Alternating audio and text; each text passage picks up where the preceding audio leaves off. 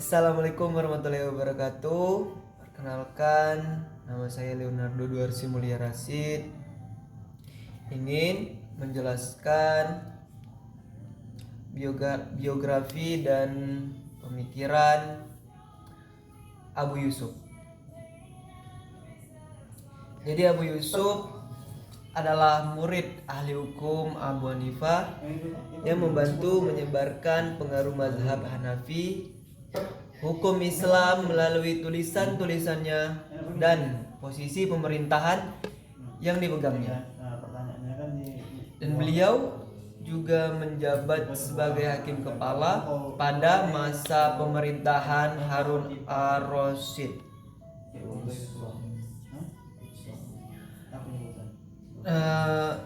Abu Yusuf juga memiliki nama asli yaitu Yakub bin Ibrahim bin Habib bin Kunais bin Sa'ad al-Ansari al-Jalbi al-Kufi al-Baghdadi. Dan beliau juga lahir di Kufah pada tahun 113 Hijriah atau 731 Masehi dan meninggal dunia di Baghdad pada tahun 182 Hijriah atau 798 Masehi. Dari nasab ibunya, ia mempunyai hubungan darah dengan salah seorang sahabat Rasulullah SAW, yaitu Sa'ad al-Ansari. Keluarganya sendiri bukan berasal dari lingkungan berada atau berasal dari orang yang kurang mampu. Namun demikian, sejak kecil beliau juga mempunyai minat yang sangat kuat terhadap ilmu pengetahuan. Jadi hal ini yang tampak dipengaruhi oleh suasana Kufah yang ketika itu merupakan salah satu pusat peradaban Islam, tempat para cendekiawan muslim dari seluruh penjuru dunia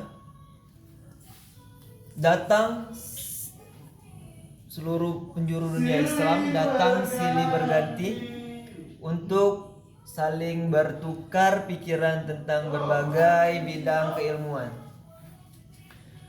Dan juga Abu Yusuf menimba berbagai ilmu kepada banyak ulama besar seperti Abu Muhammad atau bin As-Sa'ib al-Kufi, Sulaiman bin Mahran al-A'mashi, Hisham bin Urwah, Muhammad bin Abdurrahman bin Abi Layla, Muhammad bin Ishaq bin Yasar bin Jabbar, dan Al-Hajjaj bin Arta. Selain itu, ia juga menuntut ilmu kepada Abu Hanifah sehingga yang terakhir namanya disebut ini meninggal dunia. Jadi selama 17 tahun Abu Yusuf tiada henti-hentinya belajar kepada pendiri mazhab Hanafi, dan ia pun terkenal sebagai salah satu murid terkemuka Abu Hanifah. Sepeninggal gurunya, Abu Yusuf bersama Muhammad bin Al-Hasan Al-Syaibani menjadi tokoh pelopor dalam menyebarkan dan mengembangkan mazhab Hanafi.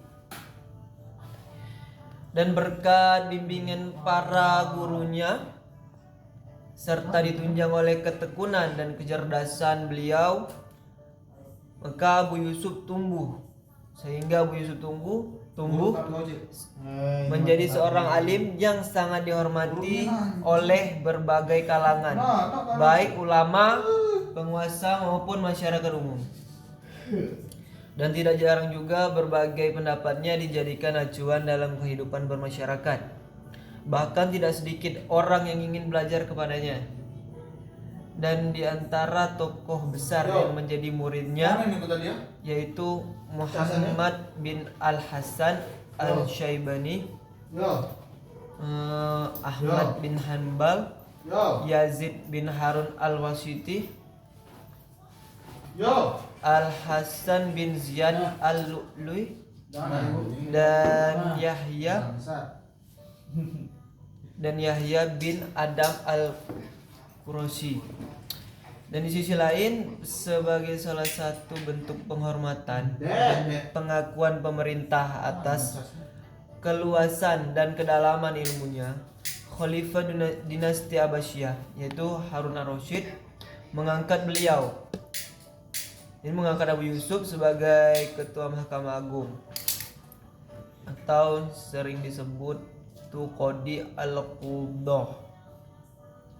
Dan sekalipun disibukkan dengan berbagai aktivitas mengajar dan birokrasi, Abu Yusuf masih meluangkan waktu untuk menulis beberapa karya beliau, yaitu kitab Wal-Athar, itu kumpulan hadis-hadis diriwayatkannya, kitab Ikhtilaf Abi Hanifah wa Ibn Abi Layla. Baunya kok cak pemain. Ini salah satu karya awal tentang perbandingan fikih. Terus kitab Al-Rad ala Syiyar Al-Auza'i. Jadi itu merupakan sanggahan dari ahli hukum dan tradisi Suriah yang terkenal, Al-Auza'i, tentang hukum perang. Jamawi ala Syiyar Al-Auza'i, dan juga Adab Al-Laqadi dan Al-Kharaj. Dalam Al-Kharaj, Abu Yusuf menganjurkan agar tanah itu tidak diberikan pada individu-individu sebagaimana pembagian dalam harta warisan perang. Tugu 5. Jadi individu diperkenankan mengelola tanah tersebut atas izin pemerintah dan dengan dikenai kharaj. Jadi hal ini dilakukan Abu Yusuf atas dasar pertimbangan maslahah mu'tabarah. Itu pemikiran Abu Yusuf dalam kitab Al-Kharaj. Dan juga yang menjadi kekuatan utama pemikiran Abu Yusuf dalam masalah keuangan publik, sistem ekonomi yang dikehendaki oleh Abu Yusuf juga merupakan salah satu upaya untuk mencapai kemaslahatan umat, bukan pribadi. Jadi kemaslahatan ini